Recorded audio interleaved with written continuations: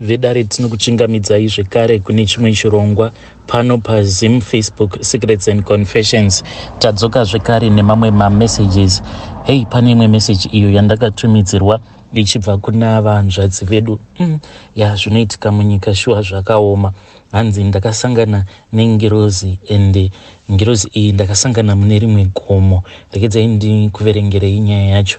Hanzi makadii zvenyu mukomana wacho, ndinokumbirawo kuti munge muchindiposterawo nyaya yangu makavikawo chitupa changu. Inini ndiri mudzimai ari kurarama ari muno munyika yevatorwa, nyika yeSouth Africa mukoma. Zvaizvezvi ndingangoverenga ndichiti varume vandakagara navo tichichaisana mapoto, but at the same time tichitovimbisana kuti tichazoroorana. Varume ava vanosvika ivo kuma10 ende ndinoona sekunge ndo huchazongova upenyu hwangu hwandichazongoramba ndichirarama ihwohwo hwekuti pano ndagara. Ende kunyange zvangu pari zvino ndava kurarama ndichiita zveupfambi, chinonyanya kundirwadza mukoma ndechekuti ndinoita izvi zvekutengesa muviri wangu ndigere zvekare nemurume. So far kubva zvandakasvika muno mumujoni ndakabva ndazosangana nevamwe baba avo vandaipota ndichikechesa, vaipota vachiuya uko kwatinoitawo zvekutengesa miviri yedu. Saka vaiti paya kana vakauya vaibva vandikecha, tobva tapinda muroom mangu tobva tatotanga kutoita bonde paya, but ivo manje vaizondipa more money on top of the money. Zvekare vaiti kana tapedza paya kuita bonde vobva vatarira kuti mufiriji pane chinoshota here, vobva vazondipa mari yekuti ndige ndichitengawo chikafu kuzonosvika vanditi iwewe ndinongokuda nezvauri, I know kuti unoita zvako zvekutengesa muviri, but how about tikangotanga kungogara zvedu semukadzi nemurume. Ende chinondinetsa mukoma sandevo baba ava vega vanotaura mashoko awa, nekuti ndichibvawo zvekare pavari ndikabva ndazotanga futi kugara neumwe murume.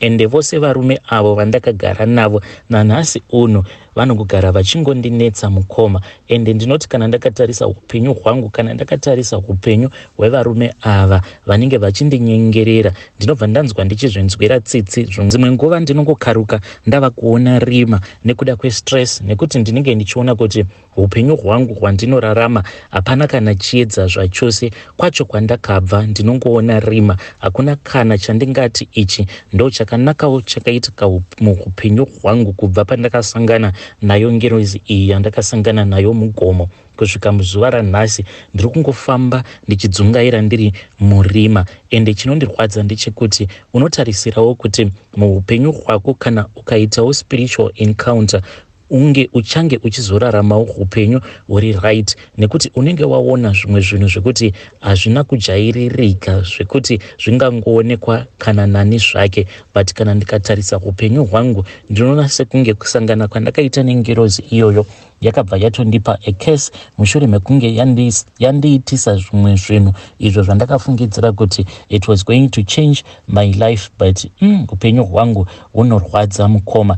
Ivo baba vangu vainge vachibva zvavo kuMalawi, zvino vakati vasvika muZim ndokubva vazosangana naamai vangu vakabva vazoroorana, but baba vainge vachigara pamba pemurungu. Murungu uyo aiva nerimwe prazi rake, but iye achigara in the next town.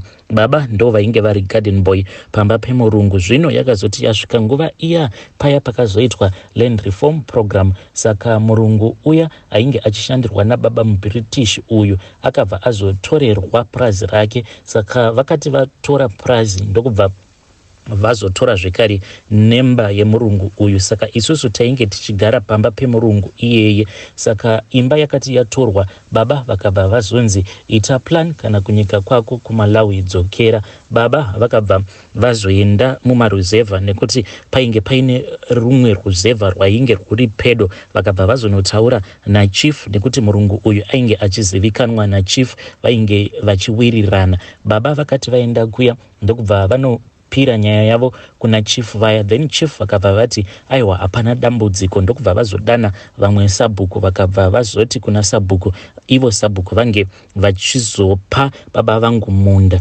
Ndokuzowana kwatakazoitawo stand kuno kwatigere. Baba vakabva vazovaka imba yavo ndokubva tazongokura tava kugara kumaruzevha. Asi chinondirwadza mukoma ndechekuti iniwo upenyu hwekugara muruzevha ndainge ndisina kana kumbohujaira, sezvo ndainge ndakangozvarirwawo mutauni ndikakurira mutauni.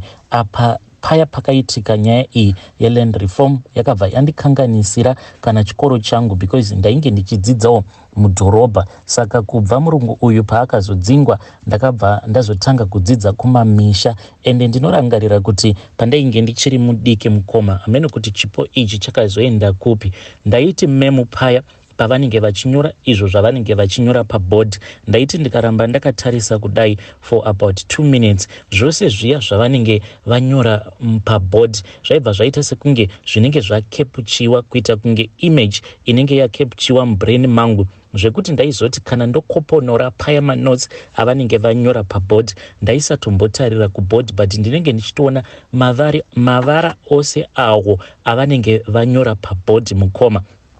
Zvinhu izvi zvakazongopera mushure mekunge ndasangana nengerozi iya yandakasangana nayo mugomo. Zvino takati tava kugara kumusha, then ndakabva ndazotanga kutambudzika because baba vainge vasinawo chavainge vainacho uye vainge varasikirwa nebasa ravo. Saka kuti ndirambe ndichienda kuchikoro zvainge zvichiti netsei. Apa muruzevha muraini macho matainge tigere kumaruzevha uku taiva vanhu vainge vakashoreka uye tichingosegewa nevanhu mukoma. Inini kuchikoro ndaitozivikanwa kuti paya pazvinonzi vasina kubhadhara sumukai, munhu wose maclassmates angu vaitongotarisa inini because yainge iri karoziva kuti vabereki vangu vaisakwanisa kuti bhadharira maschool fees. Saka ndaitongogara ndasimuka.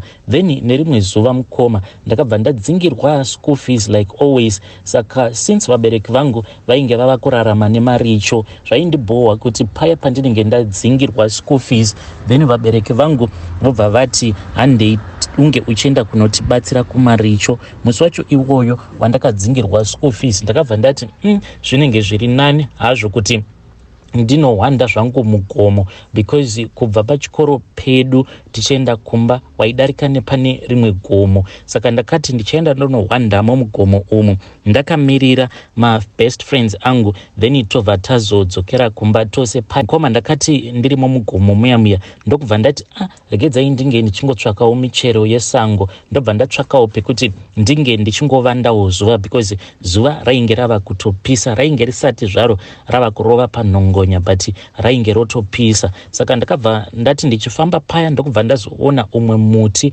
uyu wainge uri wemutsubvu. Ndikaenda paya ndikabva ndati chiregedzai ndinge ndichingonhongerera tsubvu idzi ndizonodya zvangu. Ndakagara nechepapo ndainge ndaona pamwe painge paine rimwe dombo iro rainge riri muzasi meumwe muti waiva neumwe mumvuri wairatidza kuti wainge uchinyatsokutonhorera. Ndakabva ndanhonga tsubvu dzangu dziya ndokubva ndazoenda pazasi pezimuti riya rainge rakanyatsokusvibira ende riine mumvuri wainge uchinyatsokufefetera mukoma. Zvadaro ndopandakabva ndazongoona umwe mukadzi uyu pandakamuona ndakabva ndaona kuti ainge ari murungu. Apa ainge akapfeka zvinhu zvichena ende ndikabva ndati nai mukadzi uyu murungu uyu ari kutsvakei kuno kumaruzevha ekwedu. Saka ndakati zvimwe kuda ndainge ndakanganisa kuona, but ndakabva ndatoona kutoti zveshuwa uyu munhu ka uyu wandainge ndichiona.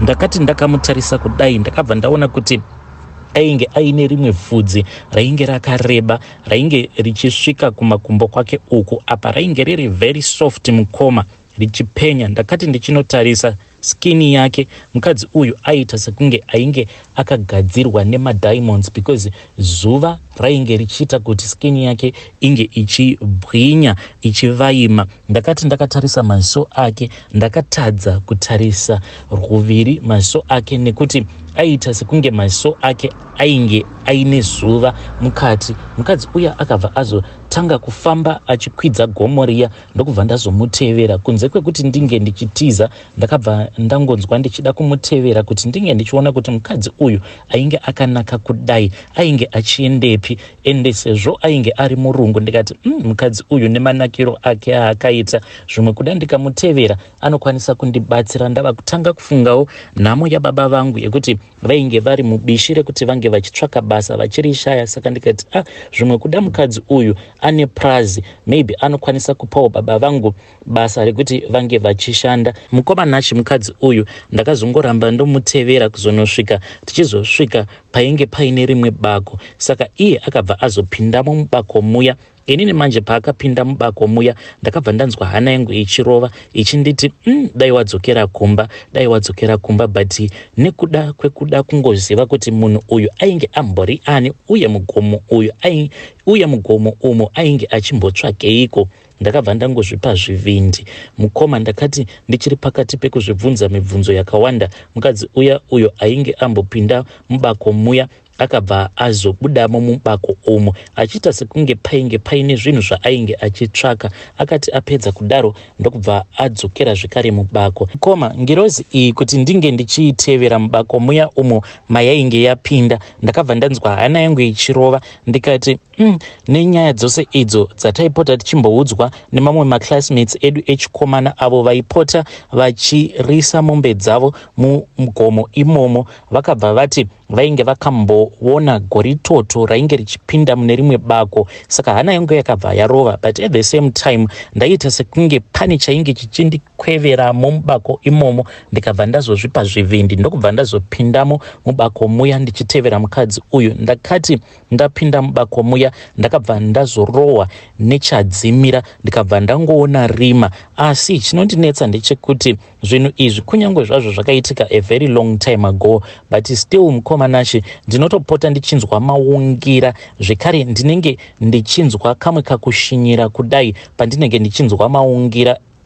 Izvi zvinowanzokuitika paya pandinenge ndakangogara ndiri ndega, pandinenge ndichinyanya kufunganya, ndo pandinotanga kunzwa maungira aya awo andakatanga kunzwa mushure mekunge ndatevera ngerozi iyi mubako umo mandakaiona ichipinda. Mukoma ndakazoti ndapepuka paya ndokubva ndatoona kutoti ko ingawani kunze kwainge kwatosviba, ndokubva ndaburuka mugomo muya ndichimhanya, then ndokubva ndazoenda kumba. Amai vakazondibvunza kuti ko ndainge ndiripi, ndokubva ndavaudza kuti kuchikoro uko sezvamunoziva mai kuti munhu kana usina kubhadhara school fees yako in time handiti tinoitiswa punishment here nematicha, nekuti maticha epachikoro pedu ndozvavainge vachiita. Vaiti kana vabereki vako vakasabhadhara school fees in time waibva wazoitiswa punishment kuagricultural department uchidiridziswa magarden ende nekudiridza magarden ematicha.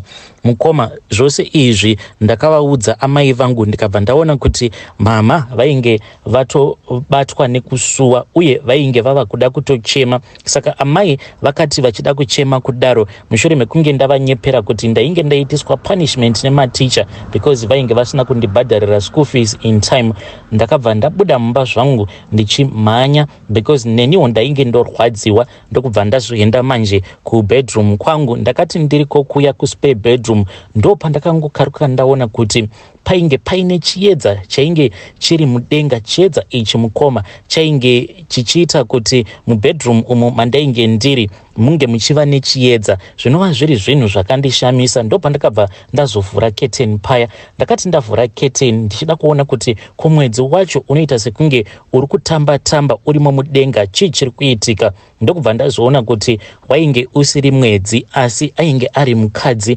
ainge achipenya sei mukoma, ainge achitamba arimo mudenga muya. Mukadzi uyu akabva azongokaruka amira kudai ndokubva anditarira. Ndakamutarira mukoma ndikaona kuti munhu uyu ainge anditarira, ndokubva atanga kubhururuka achidzika pasi akananga straight pahwindo apo pandainge ndimire. Ndakabva ndamhanya ndikanopinda mumachira hana yangu ichirova, ndokubva ndangokaruka mukadzi uya ainge atogarawo muspare bedroom muya mandainge ndiri, ndokubva anditi usatya nekuti hana yangu yainge yorova. Ndakaramba ndichingodedera nekutya mushure mekunge ndamuona mukadzi uyu ave mumba mangu. Akabva afamba achiuya apo pandainge ndivete achiti usatya. Ndati usatya, ndokubva andibata hana yangu. Mukoma akati andibata hana yangu ndakabva ndanzwa sekunge hana yangu yainge yaoma sedombo, hana yangu ndakainzwa ichitonhora mukoma, ichifreeza sekunge yainge yaiswa mudeep fridge.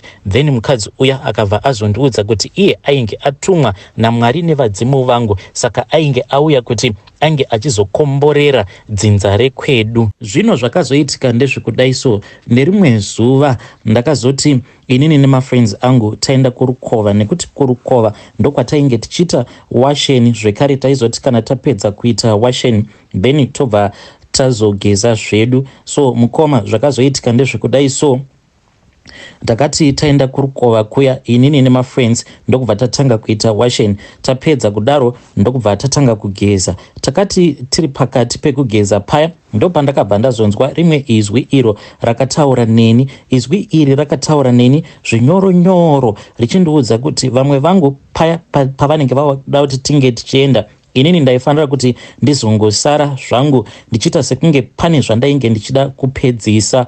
Mukoma ndakazoti vamwe vangu vapedza pavakati chandei, ndikabva ndangoita sekunge pane munhu wangu wandainge ndichida kutaimirana naye. Mafriends angu akabva atondiseka kuti ndainge ndiine kamukomana kangu kandaida kusara ndichizosasana nako, but painge pasitomborina kana munhu wandainge ndichida kuona. Ndaingoda kungoona kuti munhu uyu ainge ataura neni, uyu achirakidza kuti iye ainge ari mumvura, ainge akaita sei uye ainge achida kundiratidza chii. Mukoma mafriends angu akazoti zvino aenda, ndo pandakabva ndazoona umwe munhu uyo ainge achibuda mumvura. Munhu uyo akabuda mumvura ainge akanaka sei, apa skini yake yainge yakaita kunge yakapolishiwa negold. Iye manje ainge akasiyana nengirozi iya yandainge ndakaona yechichena yainge iri mugomo, iya yakazopinda mubako ndikaitevera. Uyo ainge ari mukadzi wechitema, apa vhudzi rake rainge rakareba but rainge risiri smooth like vhudzi remurungu uya, rainge rakangofanana nevhudzi redu isu vanhu vatema but rakareba rakanaka. Mukoma njuzu iya yakabva yazondiudza zvayakandiudza, ende ndikabva ndazonzi ndaifanira kuti ndinge ndichizodzoka parukova apa kuitira kuti ndikwanise kuzopiwa zvipo zvangu. Mukoma ndakabva ndazodzokera kumba. Pandakadzokera kumba ndakabva ndazonyepera baba naamai vangu kuti kune kwandainge ndichida kuti ndinge ndichienda uko kwandainge ndapiwa peace job. Mukoma ndokubva ndazodzokera kurukova rwuya. Ndakati ndadzokera kuya mukoma, chakandishamisa ndechekuti rukova urwu rwaitoyerera, rwaiva nemvura yainge ichiyerera, asi ndakati ndasvikapo paya ndakabva ndaona kuti mvura iyi hongu yainge ichiyerera. Then pakati perwizi painge paine, asi chakandinetsa ndechekuti rukova urwu hongu rwainge rwuchiyerera but pakati perukova painge pasingadariki nemvura, mvura yainyenyeredza pakati parwo rukova urwu. Ende ndikabva ndatoona kuti paitova nejecha pachitorakidza kuti apa ndo paigumira rukova kana uchidzika pasi. Mukoma ndakati ndakatarisa paya ndokubva ndazoona kuti mukadzi uyo wandakaona njuzu iya yakabva yazobuda ichibuda mumajecha. Apa yainge isisina besu riya rehove, asi njuzu iyi yainge yatova nemakumbo akangofanana nesu vanhu. Ndokubva yazonditi pinda mumvura. Mukoma payakanditi pinda mumvura ndakabva ndanzwa hana yangu ichirova. Ndokubva ndabatwa nekutya nekuda kwekuti rukova urwu rwainge rwuchiyerera. Ndakati ndiri pakati pekubatwa nekutya kudaro ndopakabva pauya chimwe chamupupuri ichi mukoma chakangouya ndokubva chandisimudza chikabva chandikandira mumvura. Then ndikabva ndatoona kuti ndainge ndava kune imwe nyika, asi kunyika uko kwandainge ndava iko kunoratidza kuti pasi pemvura but vanhu veko ivo vanogara mumapako. Ikoko tainge tichirarama tichidya rimwe ivhu rainge rakaita matope apa rainaka sei, kare tichidya hoshwa tiripo pasi ipapo pasi pemvura. Asi chaindishamisa ndechekuti chikafu chose ichi mukunochidya ndaitoona chichitondinakira. Zvinova zviri zvinhu zvekuti nanhasi uno zvinogara zvichingondinetsa kuti why is it pandainge ndiri pasi pemvura ndaitonakirwa nekudya matope zvekare nekudya hoshwa idzo dzataipota tichipiwa. zvino ndakabva ndazotanga kudzidziswa. Ndakadzidziswa kuti mushonga wakati unorapa chakati, uye kana ukapfungaidza mashizha emuti wakati anodzingawo zvikwambo nemhepo dzakati. Mukoma, ndakazoti ndapedza kudzidziswa zvose izvi ndikabva ndazonzi kosi yangu yainge yapera, saka ndaifanira kuti ndinge ndichizobuda mumvura, ndichibudiswa mumvura ndikwanise kuzotanga kuchirapa manje. Ndokubva ndazongokaruka ndatova panze pemvura. Ndakabva ndazonzi vabereki vangu vainge vachazondibvunza mibvunzo yakati wandei, asi ini ndaifanira kuti ndinge ndichizovapa mari, ende ndakanzi ndichasangana nehandbag iro rinenge rakaturikwa mumuti. Ndaifanira kuti ndinge ndichizotora handbag iroro ndongotora mari, but handbag ndosiya ndakariturika mumuti muya umo mandainge ndariwana. Mukoma, ndakazoti ndofamba ndichibva parukova rwuya zveshuwa ndakabva ndazosangana nerimwe handbag rainge rakaturikwa pamuti. Ndokubva ndatora handbag riya ndikaona kuti mainge muine mari. Mari iyi ndo yandakazosvika ndichipa vabereki vangu, since ndainge ndakavanyepera kuti ndainge ndakaenda kupeace job. Amai vangu vakapururudza nemufaro, sezvo muraini tainge tanzwa nekusekwa, because tainge tingori vanhu vaingofamba vachingopema. Takabva tatoita kapati. Mukoma, apa pakapati aka hapana kana umwe zvake watakamboinvita, kainge kangori kapati kedu isusu as a family. Zvino ndakati ndiri munzira ndichibva kuya, mukoma, chakandinetsa ndechekuti ndakabva ndatanga kunzwa havi yekuda bonde. Apa bonde iri ndainge ndichida kuti ndingoriita bonde iri nababa vangu, ende ndiye munhu wandainyasokunzwa kuti ndiye aifanira kuti ange achizondibvisa humandara. Ndakazoti paya baba pandainge ndavatengera madoro avo ekuti vange vachizonwa, then baba vakazoti vadhakwa paya. Ndakazongoramba ndonzwa kuvachiva, then amai vakazoti vapedza kubika tadya paya taguta, amai ndokubva vati ndava kumbonorara.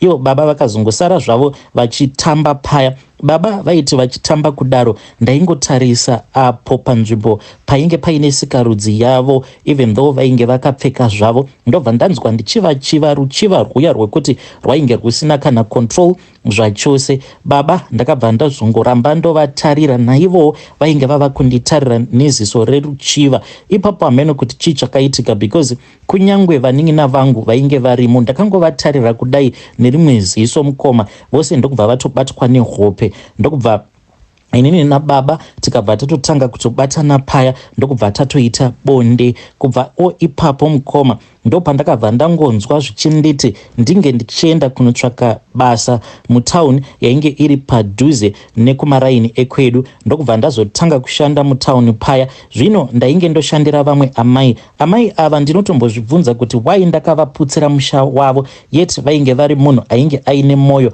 wake wainge wakazvinakira, but ndakangotanga kungochiva murume wavo. Saka murume wavo akazongotanga kundiudza kuti iye aiva nehope idzo dzaainge achirota. Aiti iye airota inini ndichipinda mubedroom mavo, ndobva ndatanga kuita bonde naye, kuzotonosvika ndichimuudza kuti izvo ndezvekuhope. Iye ndokubva azondipfimba, ndokubva atazotanga kuvata tose paya. Ainge ochemera kuti ainge achida kuti inini ndimuvimbise kuti kana akaramba mudzimai wake inini handaizomurasisa. Ndopandakazobva paya, mukoma.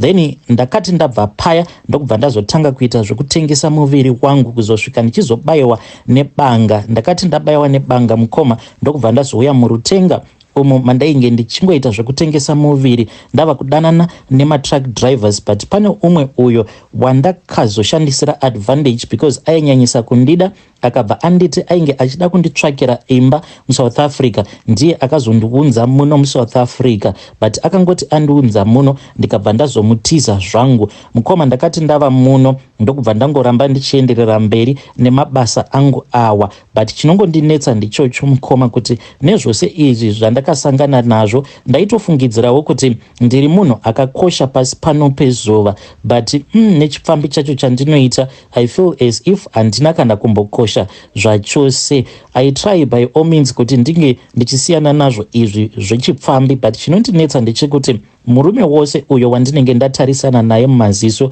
ndikanzwa kuti uyu anondiitira, uyu ndamuchiva, murume iyeye ndinozotogumisidzira ndoita bonde naye. Ndiyewo confession yanguwo iyi, mukoma Nashi. Vedare ndo message iyo yandakatumidzirwa ichibva kuna vahanzvadzi vedu zvakangooma hazvo vedu we. Hanzi ndakasangana nengirozi mugomo and iyo yakanditi I have brought you some blessings, but ndiwo mablessings acho awa. Hey, pakaipa. Please ngatitaurei navo mucomment section.